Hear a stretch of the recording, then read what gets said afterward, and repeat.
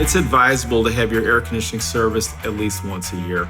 Without regular maintenance, you could shorten the life of your air conditioner. Here at Central Heating and Cooling, we clean the outdoor unit, change the filter, and check the refrigerant level. The technician will use his gauges and he'll do a subcooling. He'll check your refrigerant and make sure everything is in good shape. The most common repairs on an air conditioning system could be the starter component. It could be low refrigerant. It could be condensation leaking, water leaking.